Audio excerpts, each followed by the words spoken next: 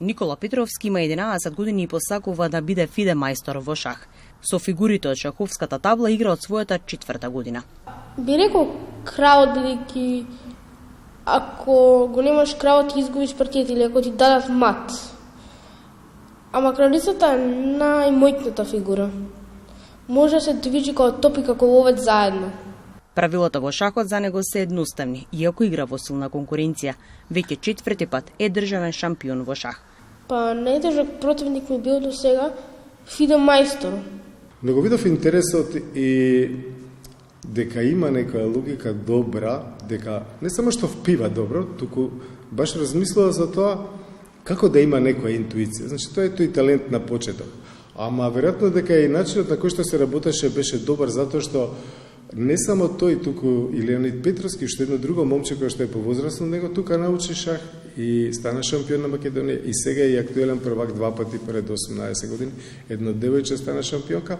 Ја видов дека добар е методот како се работи. Ние учевме некои работи кои што за другите деца беа недостапни, да речеме, не им беше поедноставно, полесно да се ориентираат, да разберат што се случува. На партија шах не покани во детскиот културен центар и ни одржа вистинска лекција. Па јас започнав првата партија со дедом, ја многу губев и сакав да го победувам. И тогаш прво почнав да одам на часови на шах кај наставникот Јовица.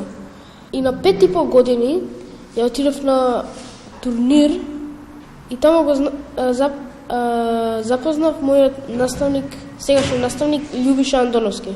Како децата растат и се развива мозочето, многу е важно и сами да работат. Значи, малку е само со наставникот да работат, затоа што оваа игра, не само што се игра цел живот, туку и се учи цел живот. Постојано можете да се напредувате. Знаете, тоа е еден неверојатно голем простор, каде што има, значи, можете да се подобрите, додите напред, така натаму. И особено кај младите е важно и да работат и сами. Шахот се игра со часови, ама кога учиш од најдобрите се е многу полесно. Веќе неколку години омилена партија е онаа со FIDE мајсторот Љубиша Андоновски. Предпоставувам дека добро се работело и воопшто е добро кога групата е добра, има конкуренција, има интерес заеднички, добро се работи, веројатно дека ја имав среќа да имаме на така. Иако различни години девојчето беше најголема, значи три шампиони, тројца станаа шампиони, едно девојче и две момчиња и се со различна возраст, ама Никола беше најмал, тој кога беше значи вака никогаш на масата стално се подкрива малку за да види подобро што се случува.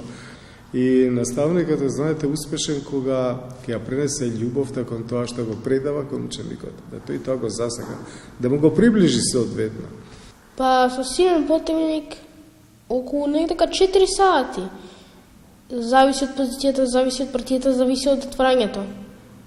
Па тие минатата година прв пат настапија неговата генерација до 12 години, велам, тие три момчиња се сјајни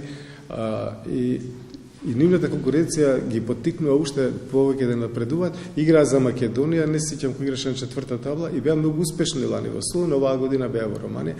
Значи по втор пат играат за Македонија, ја представува државата за својата возраст и тоа е за мене голема чест и признание од друга страна за нивниот квалитет. Сакам да играм шах или со Магнус Карсен или со Парк Вама.